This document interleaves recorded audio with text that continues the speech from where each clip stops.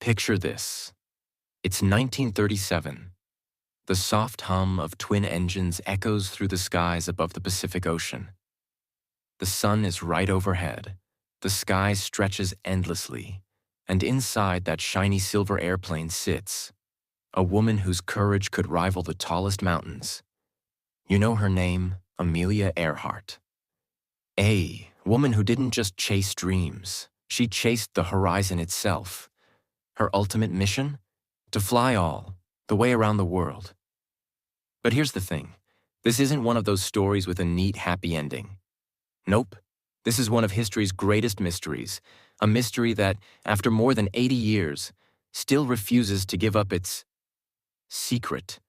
Let's rewind. Amelia was born in 1897 in Kansas. From a young age, she was different. While other girls played in the yard, Amelia climbed to the roof of her family's barn, leapt into the air, and pretended she could fly. Once she even said, "I'm after that moment when I leave the ground, behind." And sure enough, she spent her life chasing that very moment. Fast forward to July 2nd, 1937. Amelia and her navigator, Fred Noonan, take off from Lae, Papua New Guinea, aiming for Howland Island, one of the last legs of their round-the-world journey. Simple goal, right? Well, not exactly. This was the Pacific. Endless water in every direction. A tiny navigational mistake out here could be deadly. On the island, the crew of the U.S. Coast Guard cutter Itasca was waiting, radios tuned in. They heard Amelia's voice crackle through the static. "We're almost over you, but we can't see you. Fuel is running low." Then, silence. No more signals, no sight of the plane. It was as if the sky itself had swallowed them whole. That's when the real mystery began. The first theory, the simplest one, is that Amelia and Fred ran out of fuel, ditched into the ocean, and the plane sank to the deep. It's logical, but logical doesn't always mean true. Years later, new evidence pointed toward a remote island called Nikumaroro. Researchers found old metal scraps, tools, even bones. Some believe they belong to Amelia, but no one's been able to prove it for sure. Now let me ask you, if you were stranded on a deserted island, how long do you think you'd survive? What would you do? Hunt for food? Try to light a signal fire? That's exactly the kind of scene people imagine. Amelia and Fred fighting to survive, scanning the horizon every day for a rescue that never came. But not everyone buys the castaway theory. Some believe Amelia never crashed at all. Instead, she was captured by the Japanese military.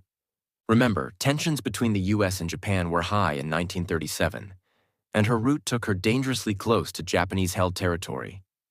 There are even photos some claim show Amelia on a dock under Japanese control, but those photos have been debated for decades.